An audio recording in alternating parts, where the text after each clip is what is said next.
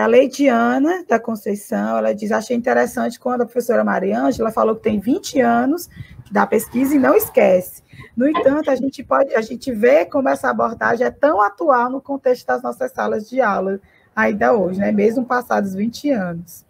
A Janaína pergunta, como organizar a escola para uma prática colaborativa em um contexto onde existem turmas de educação infantil até o ensino fundamental? Acho que ela quis dizer assim, que são grupos separados, né? Eu entendi que ela deve querer dizer isso. Deixa eu trazer aqui uma outra... só um instantinho. Há algumas pessoas falando sempre da importância do diagnóstico, né? De como é importante a gente conhecer, a gente precisa ter também cuidado com esse diagnóstico. Eu não sei na experiência de vocês aí no Espírito Santo, mas aqui a gente, infelizmente, encontra alguns diagnósticos que não são feitos pelos professores, são os coordenadores pedagógicos que aplicam alguns testes, e às vezes esse diagnóstico é muito mais para encaixar o aluno em um certo nível conceitual, e aí dar conta, né, do sistema de avaliação, do que de fato, conhecer o estudante, para isso estar sendo colocado no nosso planejamento enquanto professor.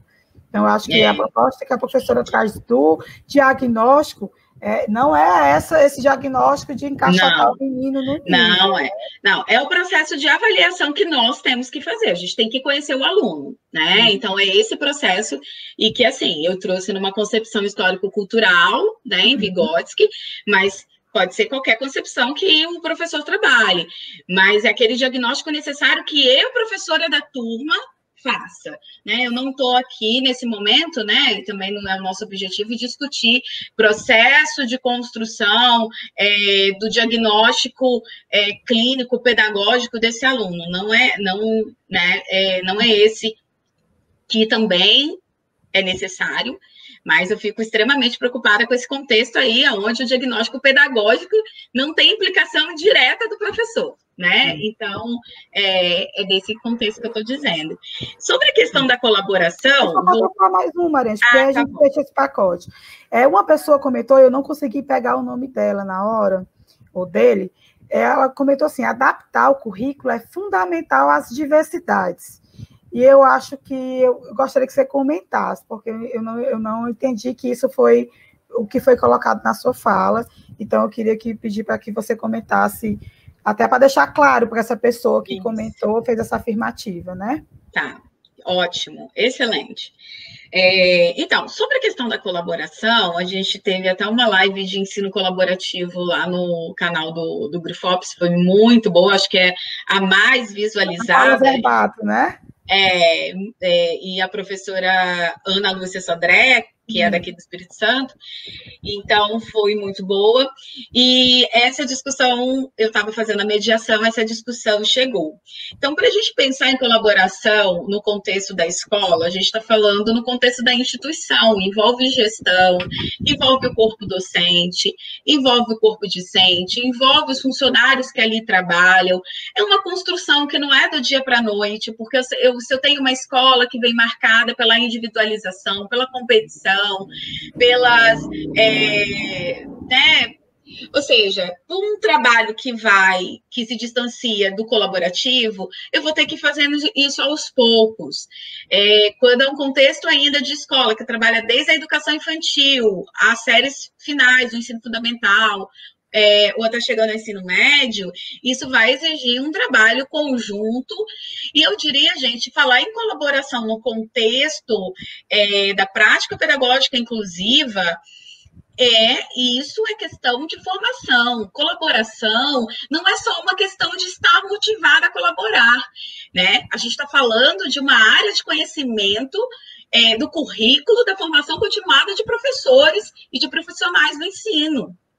Então, a gente não está falando dessa colaboração de modo genérico, a gente está falando do trabalho colaborativo no contexto da escola. E isso exige, sim, que a gente empreenda esforços, não só em âmbito das ações, da organização da instituição, mas também da formação. Sobre a questão da adaptação curricular, vamos falar. Bom, eu não gosto de falar em adaptações curriculares, Não. Acredito que não foi pelo comentário, não foi esse o sentido que essa professora ou professor colocou, mas só para a gente ter uma noção, né?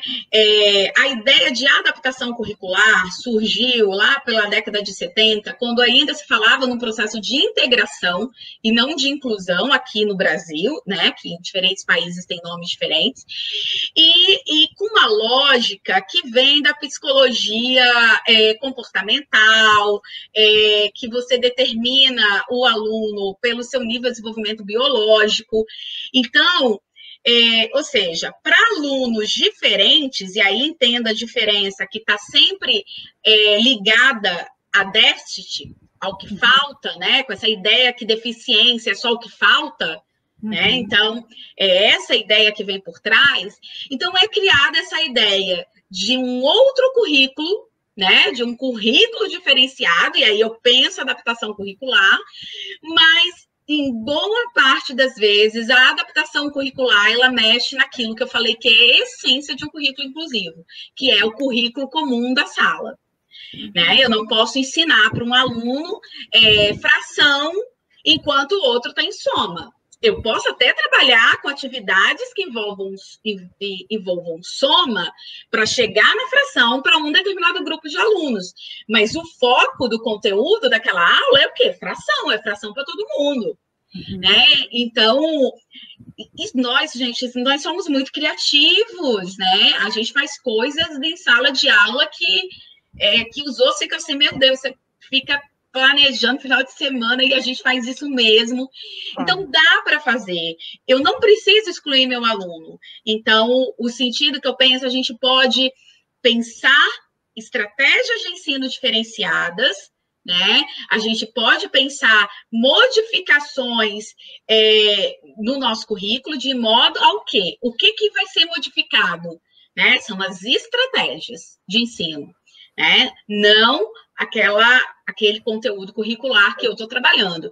Agora, uma questão, só para ressaltar. Mariângela, mas se eu tiver numa turma de 5º ano, um aluno que não lê, que não escreve ainda, e que precisa, para ele, ser alfabetizado, concluir esse processo de alfabetização é essencial.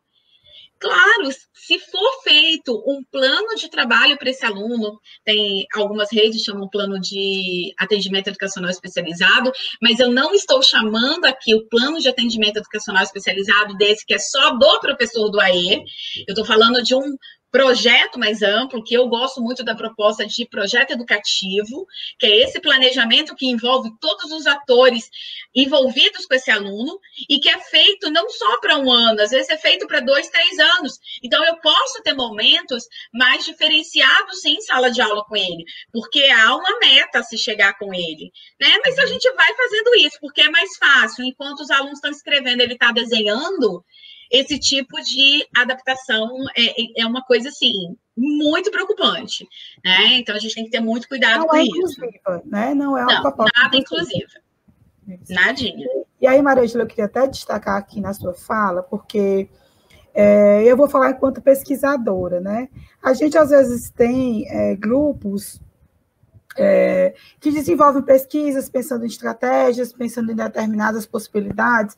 Outros grupos pensam em outras estratégias, mas todo mundo pensando na possibilidade real da inclusão desse estudante e aí ao seu acesso mesmo ao conhecimento escolar, né, ao currículo escolar.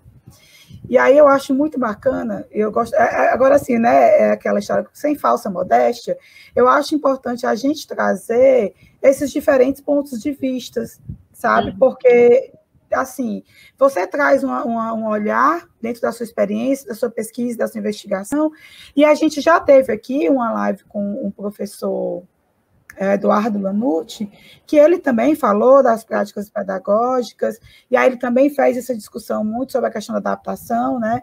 E aí ele traz uma coisa muito interessante também, que se a gente pensa em adaptar, é porque a gente não pensou nesse estudante na hora do planejamento, né? Então, eu acho que é importante a gente estar lembrando que se eu fiz um planejamento para a minha turma, e na hora de eu colocar esse planejamento em prática, eu penso que tem que fazer um ajustezinho para esse meu aluno, e aí, às vezes, esses ajustes são ainda piores, porque vem, às vezes, propostas como essas de está todo mundo discutindo um tema e o menino está pintando qualquer coisa, isso aí não é a proposta da inclusão. Né? Então, por isso que quando eu vi esse comentário, eu quis trazer para pedir que você comentasse também, porque é importante a gente ter muito cuidado para a gente não reproduzir alguns termos que já foram usados na educação, mas que hoje a gente entende que já não são mais eficientes, e é isso, a pesquisa, a ciência, é isso. A gente está vendo que em algum momento isso foi útil, e a gente hoje entende que a gente tem propostas mais interessantes, sim, estratégias mais interessantes, né? Até porque, Liliane, se a gente pensar um contexto das adaptações curriculares, elas são da década de 90 e não é só do Brasil, né? Começa logo após a Conferência Mundial de Necessidades Educativas Especiais, que aconteceu em Salamanca, que gerou a Declaração de Salamanca, e que todos os países, né, que foram consignatários da declaração tiveram que pensar estratégias. Então, os nossos parâmetros de adaptações curriculares, eles foram publicados em 1999. Quantos anos atrás? E como Liliane colocou, há 20 anos atrás, a gente não tinha todo esse acúmulo de pesquisa, de prática pedagógica, de construção nas nossas redes de ensino, para a gente ver quantas coisas a gente poderia construir. Então, talvez teve alguém que falou assim, nossa, como isso é atual, o ensino em multiníveis, né? Talvez a gente não tivesse tão maduro o suficiente, quando eu falo maduro, no nosso processo de conhecimento sobre o que se caracterizava um processo de inclusão, né, dentro da escola comum, da escola regular, e agora a gente está conseguindo pensar, a gente já trilhou um caminho que a gente agora consegue entender que, bom, isso é inclusão. Bom, aqui eu não estou ajudando nada inclusão. E não que toda aula, gente, a gente vai conseguir fazer coisas que sejam 100%, e que nós somos, né, a gente sempre tem uma autoavaliação que, às vezes, conosco mesmo, que é muito rígida, né? Mas não, a gente vai ter aula que a gente vai sair de lá, nossa, me esforcei para aquela aula, fiz aquela aula daquele jeito, os meus alunos se envolveram de forma positiva, foi ótimo.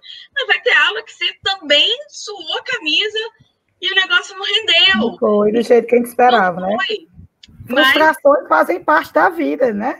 Exatamente. E tem que servir como, né, desafios para a gente melhorar.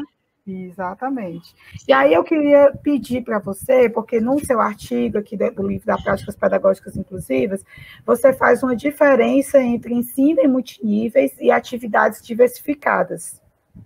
Aí eu queria pedir, só para a gente encerrar essa nossa conversa, para você fazer essa diferenciação, para o pessoal ficar com gostinho e ir atrás de comprar livro, hein, gente?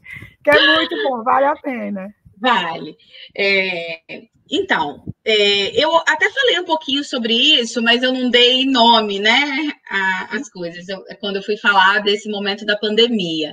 O ensino em multiníveis é um processo de planejamento do ensino, planejamento e execução do ensino, né, de uma aula. Então, tem todos os momentos que uma aula tem que ter. Né? Eu vou pensar nos objetivos, eu vou pensar no conteúdo, eu vou pensar nas estratégias, vou pensar na avaliação. Bom, é como se dentro... o que eu diria que é a principal característica? Porque a atividade diversificada a gente usa muito, principalmente educação infantil, né? Eu fui professora de educação infantil e como a gente usa. A atividade diversificada, geralmente eu planejo uma aula que eu não tenho os mesmos objetivos para toda a minha turma. Eu tenho... É diferente dessa ideia do currículo comum, dessa garantia do currículo comum. Então, pode ser uma aula inclusiva, com certeza, mas que fique claro isso, né? Que enquanto um grupo de alunos está fazendo uma atividade de produção de texto, outro está fazendo uma atividade de operações matemáticas, outro está fazendo uma atividade de artes, posso até fazer um rodízio, né, na sala, mas a atividade diversificada, ela nem sempre parte de um planejamento de aula que se origina a partir de um currículo comum para toda a turma. E o ensino multiníveis, ele parte do currículo comum a toda a turma. Assim, eu tenho que, assim, agradecer esse momento de poder dialogar um pouco mais sobre um tema que é tão importante, né, que são as práticas pedagógicas. Agradecer a Rosângela e Antônio, né, então muitíssimo obrigada, a Liliane, a Jamile, a todas as meninas, né, que trabalho interessante, esse é um grupo de amigas que se juntam para pensar, colaborar nessa questão da inclusão, né, então a história de vocês é muito interessante e pode também inspirar outros tantos, né? Que aí possam se juntar e a gente começar esse trabalho. Então,